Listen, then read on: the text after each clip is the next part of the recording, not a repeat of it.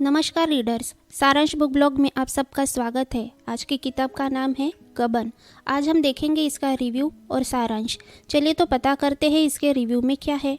यह प्रसिद्ध उपन्यास मुंशी प्रेमचंद द्वारा लिखित है। मुंशी प्रेमचंद का परिचय इसके पहले के ब्लॉग निर्मला में हमने लिखा है। गबन यह उनका और एक प्रसिद्ध उपन्यास है जिसमें उन्होंने महिलाओं का उनके पति पर होने वाला प्रभाव दर्शाया है।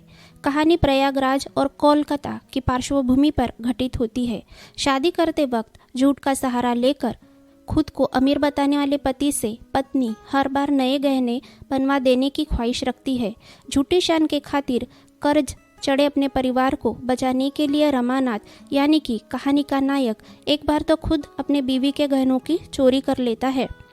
उसका झूठ उसके पत्नी के सामने न आ जाए, इस डर से वह जहाँ काम करता है वहाँ पैसों की चोरी यानी कि गबन करता है। पुलिस न पकड़ ले, इस डर से वह प्रयाग छोड़कर कोलकाता भाग जाता है।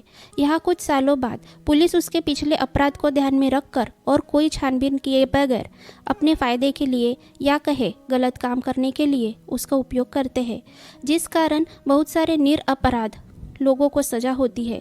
सजा पाने वाले लोगों के घर के लोग दुख में डूब जाते हैं और रमानाथ को कोसते रहते हैं। अपने पति का यह अक्षम्य अपराध जानकर रमानाथ की पत्नी जालपा प्रायश्चित करने का सोचती है। यह गहनों और अमीरी से प्रेम करने वाला उसका व्यक्तित्व एकदम बदलकर सती साध्वी का हो जाता है। अपने पति के द्वारा किए गए अपराध का प्रायश्चित करते करते वह एकदम बूढ़ी और कमजोर जान पड़ती है, लेकिन चारित्र्य से उतनी ही ऊंची। इस किताब के लेखक है मुंशी प्रेमचंद, प्रकाशक है पुस्तक महल, पृष्ठ संख्या है 272 और उपलब्ध है अमेज़न और किंडल पर। चलिए बात करते हैं गबन और उसके पात्रों की। देखते हैं इसका सारांश। इस उपन्यास में विरोधाभासी भाग्य वाली दो औरतों की कहानी है। पहली है इस उपन्यास की नायिका जालपा, जो दिखने में बहुत ही सुंदर है। हाँ, एक बात और बताना भूल गए, वह ये कि मुंशी प्रेमचंद के ज़्यादा से ज़्यादा कहानी की नायिका यह एक रमणी या सुंदरी होती थी। इसकी वजह शायद यह रही होगी कि मुंशी प्रेमचंद की पत्नी उनसे उम्र में बड़ी और बदसूरत थी, इसलिए शायद अपने सपनों की पत्नी को उन्होंने अपनी कल्पना में साकारा। चलिए तो कहानी पता करते हैं। जालपा, जो कि बहुत सुंदर है, उसका पति रमानाथ इन दोनों की शादी के वक्त अपने अमीरी की बहुत डींगे मारता है। इस कारण जालपा अपने ससुराल वालों को बहुत अमीर समझती है, लेकिन हकीकत में उनकी परिस्थिति इसके विपरीत रहती है। अब जालपा का पति उसे खुश रखने के लिए आए दिन नए नए गहने बनवा कर देता है। इसी चक्कर में वह सरकारी दफ्तर में जहाँ वह नौकरी करता है वहाँ गबन करता है। पुलिस के पकड़ने के डर से वह शहर छोड़कर दूसरे शहर भाग जाता है। इसके बाद उसके साथ क्या क्या होता है यह आप किताब पढ़ेंगे तो जान जाएंगे। जालपा की एक बहुत ही घनिष्ठ सहेली बन जाती है। उसका नाम है रतन। उसकी शादी एक अधेड़ उम्र के व्यक्ति के साथ होती है जो पेशे से वकील है। वह अपनी वसीयत नहीं बनवा पाता। उसके मरने के बाद रतन के बहुत बुरे हाल होते हैं। उसके पति के रिश्तेदार उससे उसकी सारी जायदाद छीन लेते हैं, उसको भूखों मरने के लिए छोड़ देते हैं। ऐसे में वह जालपा के घर आश्रय लेती है। जिस घर में वह कभी मोटर में बैठकर आती थी, जहाँ वह कभी पैसे पानी से मदद किया करती, आज उसी घर में आश्रिता बनकर रह रही है। उस जमाने में स्त्रियों की बहुत दुर्दशा हुआ करती थी। तब उनको उतने अधिकार नहीं थे। यह अधिकार और स्वतंत्रता उनको अपने पैरों पर खड़े होकर हासिल करनी होगी, इसीलिए उन्हें ज़्यादा से ज़्यादा शिक्षित होना होगा, अपनी मौजूदगी बतानी होगी। अर्जुन ने दुशासन से मौत के पहले कहा था कि कलयुग में तो औरतों पर और ज़्यादा अत्याचार होंगे। अभी दुष्टों को सजा देने के लिए और समाज के हित के लिए वह लोग युद्ध कर रहे हैं। पांचाली के तो 5 पति थे, वह भी शक्तिशाली, वे उसके लिए लड़े। पर आज की नारी के लिए कौन लड़े? उसे खुद के लिए खुद ही लड़ना होगा।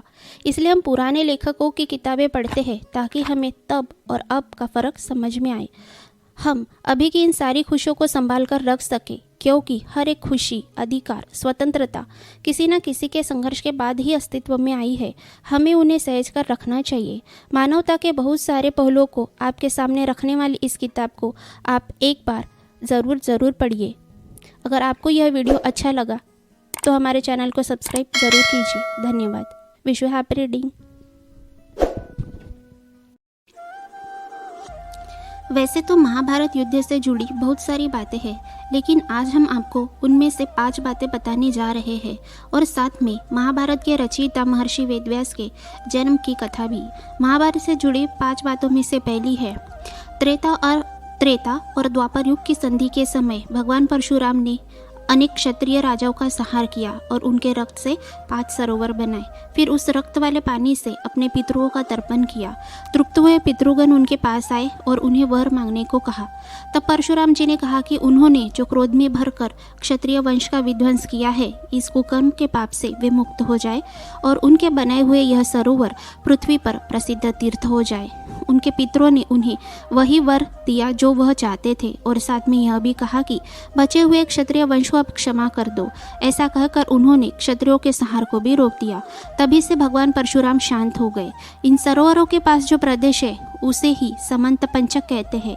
समंत यानी समागत सेनाओं का जहाँ अंत हुआ हो वह जगह, और पंचक यानी के 5। जब कलयुग और द्वापर की संधि का समय आया तब इसी समंत पंचक क्षेत्र में कौरव और पांडवों का युद्ध हुआ। 2.